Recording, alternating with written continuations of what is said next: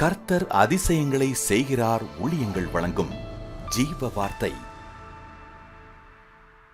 இந்த நாளிலும் கர்த்தருடைய ஊழியக்காரன் உங்களை வாழ்த்துகிறேன். இன்றைக்கு ஒரு புதிய காரியத்தை உங்களை செய்ய போகிறார். புதிய நாளில் அன்றைய கிருபை அதிகமாக வெளிப்பட போகுது.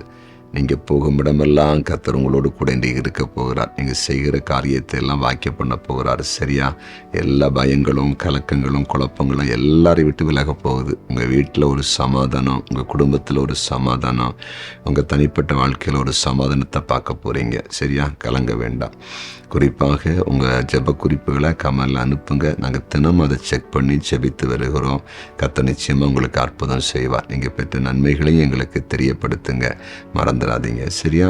இன்றைக்கு ஜீவவார்த்தைக்கான வசனம் சங்கீதம் 10:17. சங்கீதம் 10:17. கர்த்தாவே, சிறுமைப்பட்டவர்களுடைய வேண்டுதலை கேட்டிருக்கிறீர், அவர்கள் இருதயத்தை ஸ்திரப்படுத்தீர். சிறுமைப்பட்டவருடைய வேண்டுதலை கேட்டிருக்கிறீர். வேண்டுதலை கேட்பார், வேண்டுதலை கேட்பார். நீங்கள் 1 நாளாகமும் 4வது அதிகாரம் 10வது வசனத்தை வாசிச்சீங்கன்னா அந்த வசனத்தில் எழுதப்பட்டிருக்கிறது, யாபேஸ் வேண்டிக் கொண்டதை தேவன் அருளினார் அப்படின்னு இருக்குது.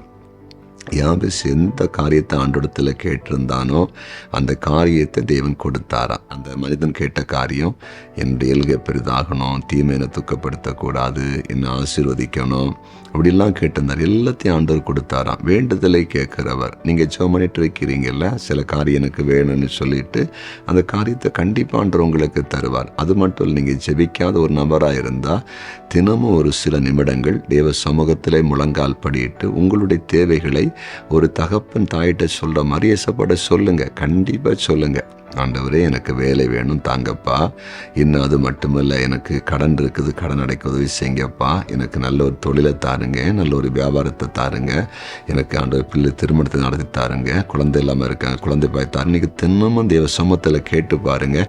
ஆண்டவர் உங்கள் விண்ணப்பத்தை கேட்டு உங்கள் வேண்டுதலை கேட்டு உங்களை நிச்சயமாக அற்புதம் செய்வார். நம்முடைய ஆண்டவர் வேண்டுதலை கேட்கிறவர், ஜெபத்தை கேட்கிறவர். பாருங்கள், அன்னாளுங்கிற ஒரு ஸ்திரியை பாருங்களேன், குழந்தையே இல்லை, அவள் ஆலயத்துக்கு போனால் தேவ சமூகத்தில் வேண்டிக் கொண்டா, ஆண்டவரே எனக்கு ஒரு ஆண் பிள்ளை நீங்கள் தரணும், நான் அவனை உமக்குன்னே கொடுப்பேன், நான் உமக்குன்னே வளர்த்து உமக்குன்னே கொடுப்பேன் அப்படின்னு பொருத்தனை பண்ணி ஜெபித்த ஆண்டு ஜெபத்தை கேட்டார். சாமுவேல் என்கிற அழகான ஒரு பிள்ளையை கொடுத்தார். நல்ல ஞானம் உள்ள பிள்ளை, அறிவுள்ள பிள்ளை, தெய்வ பக்தி உள்ள பிள்ளை, ஆண்டவருக்காக ஊழியம் செய்கிற ஒரு பிள்ளையை கர்த்தர் கொடுத்தாரு. சரியா? உங்கள் விடுதலை என்னை கேட்க போகிறார். எது உங்களுக்கு தேவையோ இசப்பட்ட கேளுங்க. ஜெபத்தில் இன்றைக்கே கேட்க ஆரம்பிங்க. அதெல்லாம் உங்களுக்கு கிடைக்க போகுது. அற்புதம் நடக்க போது. நீங்கள் சாட்சியம் மாற போறீங்க. ஜெபம் பண்ணலாமா? ஜெபிக்கலாம்.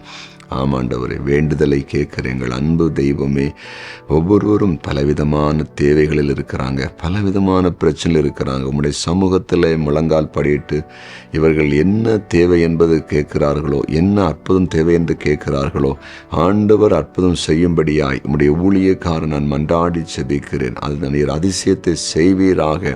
ஜெபத்தை கேட்டு அதிசயத்தை செய்யும்படியாய் ஜெபிக்கிறோம். நீர் அப்படி செய்து விட்டீர், அதற்காய் ஸ்தோத்திரம். இன்றைக்கு பிறந்தநாளை காண்கிற அனைவரையும் ஆசீர்வதித்து ஜெபிக்கிற நம்முடைய பிள்ளைங்க ஆசீர்வாதமாக இருக்கட்டும். திருமணநாளை காண்கிற ஒவ்வொரு குடும்பத்தையும் இயேசுவின் நாமத்தில் நம்முடைய ஊழியக்கார ஆசீர்வதிக்கிற குடும்பங்கள் செழிப்பாய் ஆசீர்வாதமாய் இருக்கட்டும் என்று ஜெபிக்கிறோம்.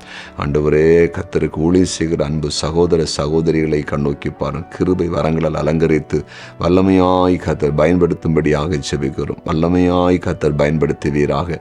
நீர் ஜெபத்தை கேட்டீர், அதற்காய் ஸ்தோத்திரம். இயேசுவின் நாமத்தில் பிதாவே, ஆமேன், ஆமேன், ஆமேன்.